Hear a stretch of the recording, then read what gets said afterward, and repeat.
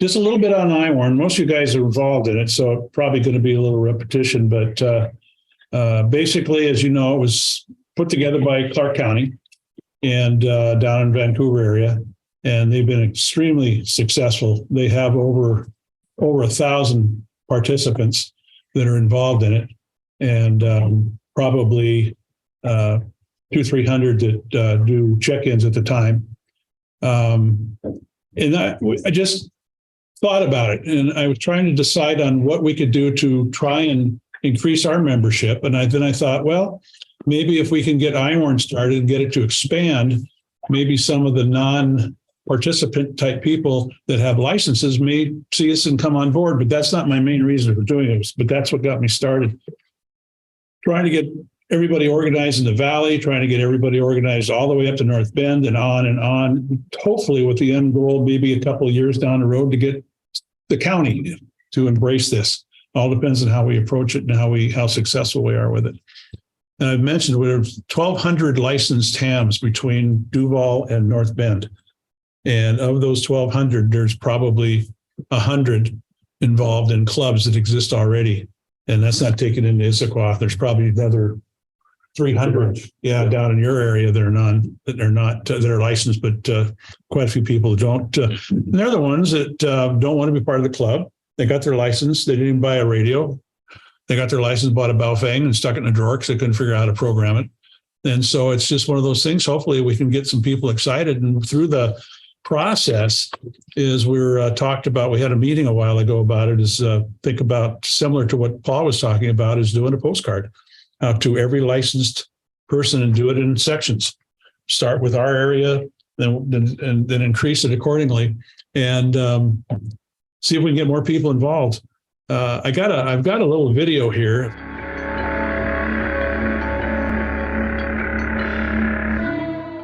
EYEWARN is a new program sponsored by the Clark County Amateur Radio Club located in Clark County, Washington.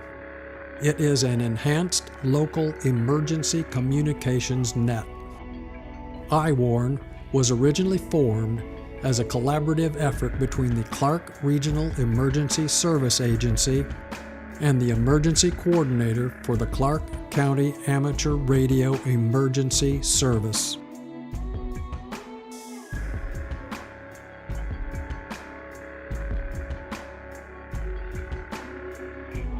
The EYEWARN program encourages every licensed amateur radio operator in the county to provide additional visual reporting to the net control station. We report what we see from where we are. These radio stations provide additional eyes and ears in the areas that may have damages or injuries. This enhanced emergency reporting provides a ground truth visual report for the Emergency Management Agency. Clark County is 629 square miles with a population of 443,000.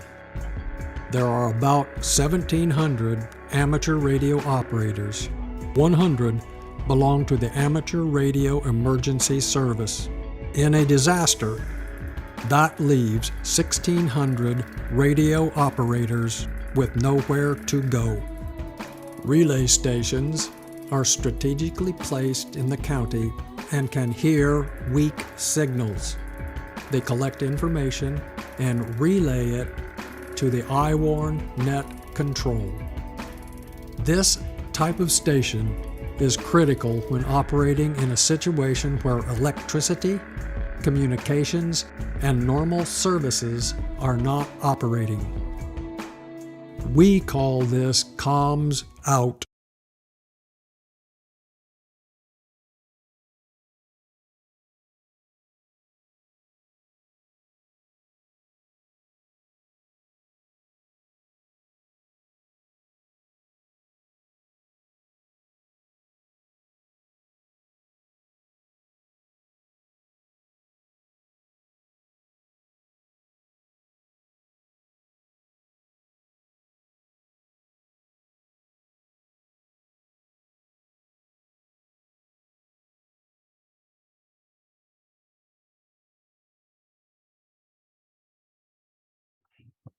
anyway, you kind of saw that. Sorry, the folks online that you didn't get the voice, but you can look, if you look EYEWARN on YouTube, you can they've got it on there several times, the same one we just saw.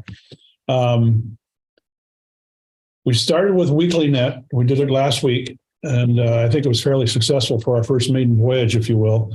Those are the type of things we want to do pretty much every week, not this week because we have a meeting, but to try and just practice. Different scenarios will come up, and just to try and tweak things. It wasn't the perfect net because I made the scripts at the last minute. I didn't even take the time to grab the scripts from them, even though they're converted over, but they're quite complex because they're set up for one of their full nets.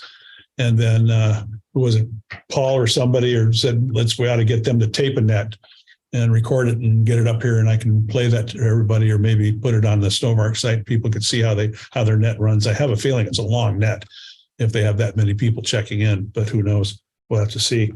We just want to use those for kind of tweaking everything. We got several people that are helping us convert the documents, which I mentioned before. Hopefully someday we'll be able to build a website that will be independent of SnoVARC, other than sponsored by SnoVARC. And we talked about that before. I'd like it to eventually not be SnoVARC's baby. Again, more feedback back, but to show it as an independent group produced by SnoVARC, or however you want to use it. And then it'll eventually go, because I think if you just lock it into one club, other clubs will say, I don't want to be part of this. But if it's a neutral setup, then I think it'll be more acceptable. Again, give me feedback if you don't think so. As I mentioned before, the goal is to get more people involved, get all these ham radio people that right now are not doing anything involved. And I realize we'll only get a percentage, but it's more than the percentage that we have now. And eventually, very, very slowly mushroom it out to a bigger footprint. Eventually get into Issaquah and on down the area, Eastside Fire with their fire corps, and see if people will be involved in something like that. And then if it goes big enough, then I think it'd be phenomenal. And the goal is just to refine the process to be able to report things that take place. When there's one coming, or there's one during, or we're after doing heart wash, and getting on there to be able to report that stuff. And I know that Chief at Eastside Greg is more than tickled about it. He thinks it's a great program. You meant Duval. You said I say Eastside, pardon, Duval. Keep me online, will you? And he thinks it's a really good idea, because any information they can get that they can't get in line, they can't get is always a golden. We're going to set it up for people to be able to do this, send stuff in, training. We're going to get involved in radio ops, net ops, messaging ops. The whole thing will come in as a big footprint for it. Goals, getting more people interested in radio, and hopefully our numbers will grow a little bit. And even other clubs' numbers will grow a little bit, depending where they're at. And that's kind of it in a nutshell. That's all I really had. Any thoughts, ideas, eggs to throw? I have a question. Sure. I saw in the video that it looks like they had some sort of a operations center where you would have like a bunch of radios and things like that, a bunch of people sitting there. Is this something where there has to be a centralized location for people to go to, or is it everyone just operating with a handheld? Like what you saw was the Cressa building, and that is where the dispatch center, emergency management division operates their hams. The EYEWARN net more often than not is run by an individual from home or some other location. Okay. But what you saw on that was their ham radio operational section of the EMD down there. Okay. So would that be a specific frequency that would run off of, or run off our repeater? Or they have a specific repeater and a specific simplex. And I think that for simplicity, we would probably, unless Rowland says different, do the same thing. Maybe run it on Cougar with the whatever simplex we choose as a backup. Or maybe we'll have two repeaters. But it's just things we're just going to have to experiment with and find out. It just sounds like you're halfway there, because you have, the the equipment already set up, right? You have the repeater and everything. Now you just have to get some sort of structure around that. Yeah, I think as it grows, if there's interest catches on, I think there's all sorts of technical ability out there and other repeaters and possibility for linking. And I mean, it's open-ended on the discussion on how things go. Because if people really enjoy this, I think they're going to want to do what they can do to make it more operational and a wider berth. Because obviously, well, Cougar is pretty damn good repeater. So it's got a huge footprint. It would probably cover pretty much most of the county. Yeah. And so maybe that's something we'll just stick with, but that's open for discussion. And as far as actually having a central area, I think, like Tom was saying, that's their EMD place down there. Plus they're right and set in with the county, Clark County. They're that part advanced that they have a radio system right there, Clark County. Whether they use that or if that was what somebody else's, I don't know that enough about by picture what it is.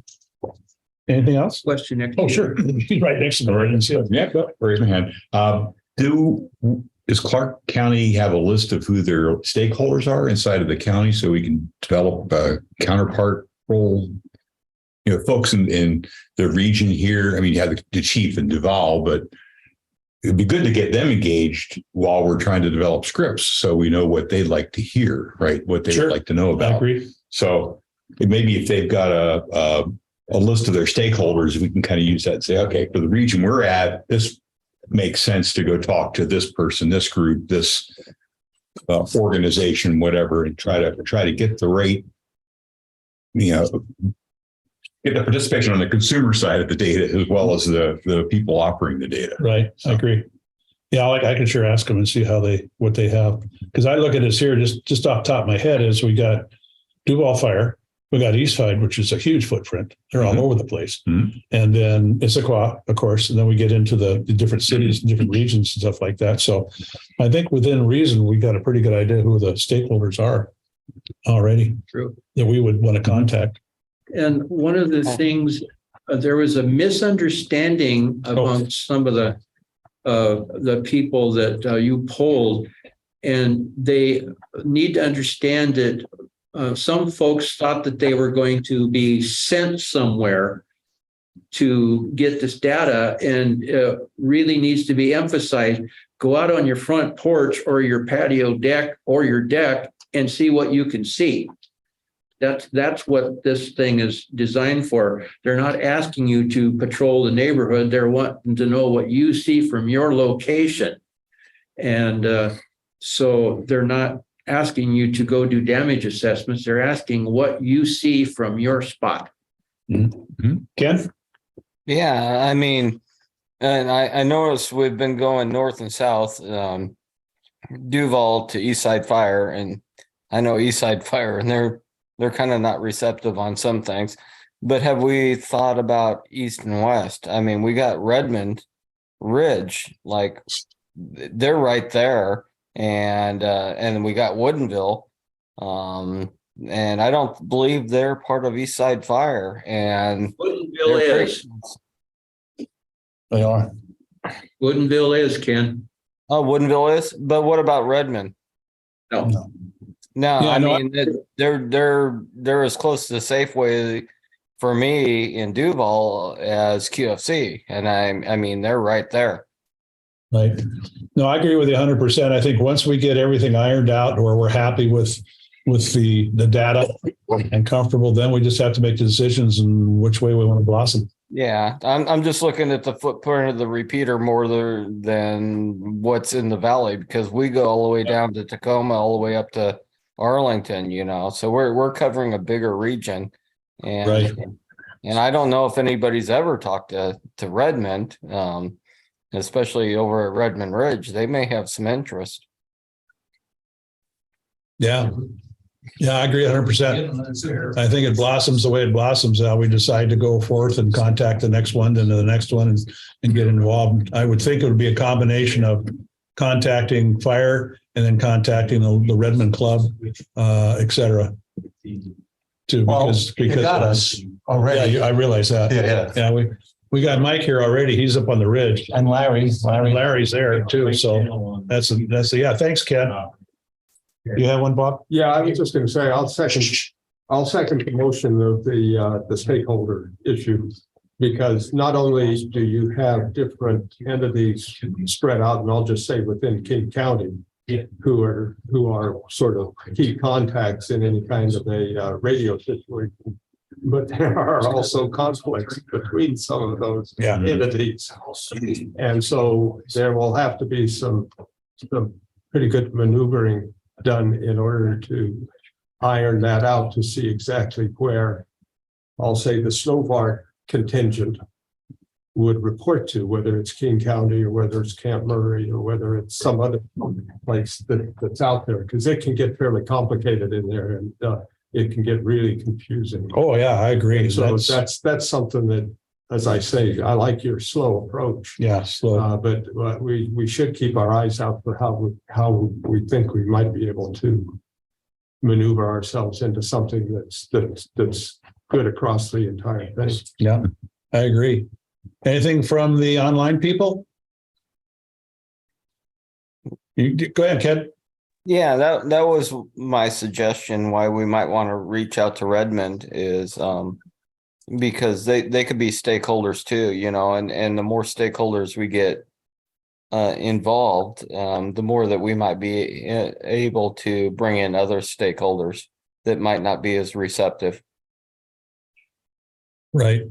So here too. So Yeah, Bellevue, Just- all the way. yeah. I mean, just the thought, you know, you get those guys involved, and then pretty soon you get ones that are hesitant. So it gives us that pool of the types of people.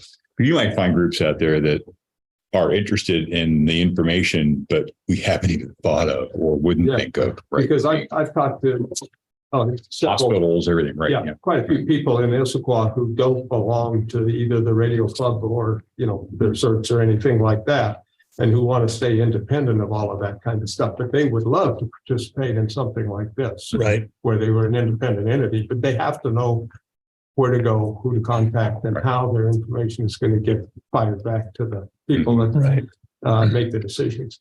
Yeah, well, this down in Clark County, it was Aries, and what was the other one down there? I can't remember, whatever the other two group is. What's that one that's based on service, based on military? Oh, Mars Yeah, it wasn't Mars, it was one other one. races. Races, Aries and Races, thank you. The kind of, but like Jay told me, it says you do not have to be a member of those people. You don't even have to be any of that. Just, we want you with a radio and are willing to step outside your porch and look. You need something, Howard? Nope. You must have belched. One other question. Yes, sir. In terms of location, when we were doing the exercise the other night to give your name, location, so on, my guess is that if you're registered with your call sign, they have your location. Or they should be, because, you know, am I in Issaquah? Am I in Issaquah Highlands? Am I in Issaquah Highlands Dudley Park? In other words, how detailed They actually go by zip code. zip code? Which is a big footprint in a lot of places. Yeah, because 98029, well, that's Sammamish and Issaquah and Yeah. what's beyond. Because I looked at their net scripts, and the only thing they asked for was to report the zip code they were in. Okay, Why they did that, I have no idea. yeah, And that's another Okay. question to say. that's interesting. Yeah. Anyway, I was curious about how detailed is the location?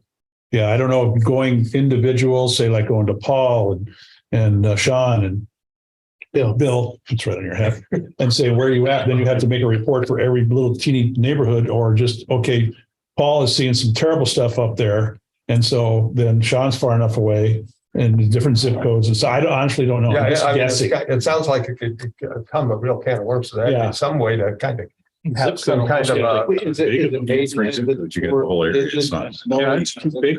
Yeah, it's questions asked. Like CN 97 AR. Oh, yeah. CN 97 AR. Question. They're pretty big. Howard. Even with the AR. Yeah, just a question. You guys are talking. So when you're doing the net and you're reporting, do you need a location to be specific if you have nothing to report? Yes. Well, Yes, according to the script, you reported your location in Clark County by your zip code.